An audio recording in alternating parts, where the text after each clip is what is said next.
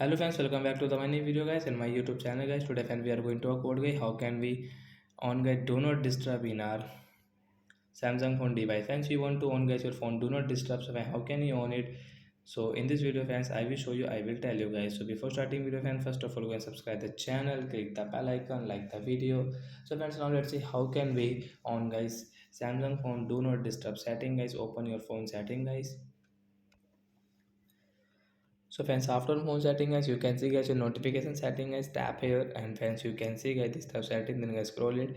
Do not disturb guys, tap here, friends you can see your do not disturb setting guys, mute calls and add except for your selected expensive. So guys we will on from here.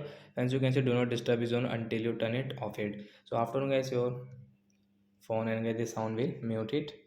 So like that guys we can on do not disturb in Samsung phone device and you can use it. So bye bye friends, thanks for watching the video guys.